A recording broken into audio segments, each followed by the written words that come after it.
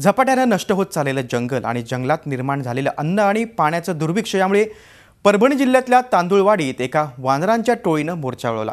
काही वर्ष हे टोळकं गावातच राहिलं, मात्र आता या टोळक्यातील वानरांची संख्या 150च्या वर गेली आहे, त्यामुळे त्यांचा उपद्रव देखील वाढलाय। या छतावरून त्या छतावर उड्या मारणाऱ्या या वानरांनी सेलू तालुक्यातल्या तांदुळवाडीतल्या गावकऱ्यांच्या काळजात धडकी भरवली आहे।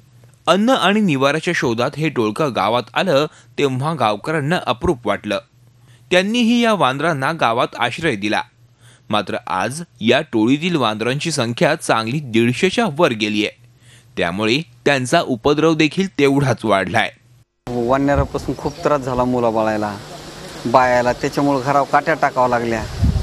खूप वानरांनी त्रास देऊन पत्र हे चेक खलास केले आमचे, त्याच्यामुळे खूप त्रस्त झालो आम्ही वानरातून। आणि तिथंच पुन्हा जवळपास याच्यामध्ये खूप ताणतणाव द्याला, जमिनीला खूप सोयाबीनला यायला खूप नुकसान केलं आमचं। मुलांना टकोरे फुटलेले इथं, तरी सरकार दक्षता घेत नाही। वन विभागाकडे गेलं तर ते बी दक्षता घेत नाहीत। आता गावकऱ्यांनी कदरून समजा स्वतःहून पैसे दिलेत, आम्ही वन विभागाला वानर पाठवलेत, तरी सरकारने याच्यावर लक्ष द्यावं। या टोळीतील वानरांमध्ये भांडणही होतात, त्यामुळे घरांचं नुकसान तर होतच, शिवाय गावकऱ्यांना शारीरिक इजाही झाल्यात। या वानरांचा बंदोबस्त करण्यासाठी गावकऱ्यांनी वन विभागाकडे धाव घेतली, मात्र वन विभागातील अधिकाऱ्यांनी त्यांच्याकडे दुर्लक्ष केलं।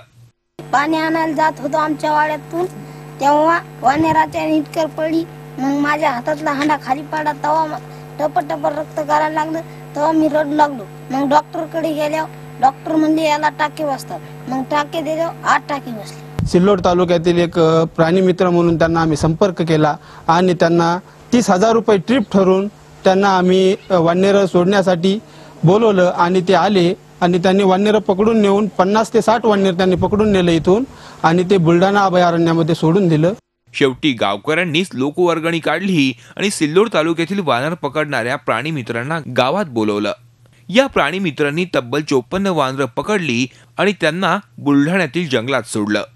आमच्या इथले 50% वानर आता गेलेले आहेत आणि 50%साठी आणखीन आम्ही समाधानगिरी वन विभागाचे वनमित्र आहेत त्यांना बोलवत आहेत, पण वन विभागानं मात्र आतापर्यंत कुठलीही दखल नाही घेतली। त्याच्यामुळे वन मंत्र्यापर्यंत आम्ही तक्रार कळविणार आहेत की आम्ही शेती करावात का वानर सांभाळावात, ही एक असा भयानक प्रश्न आमच्या पुढे तयार झालेला आहे।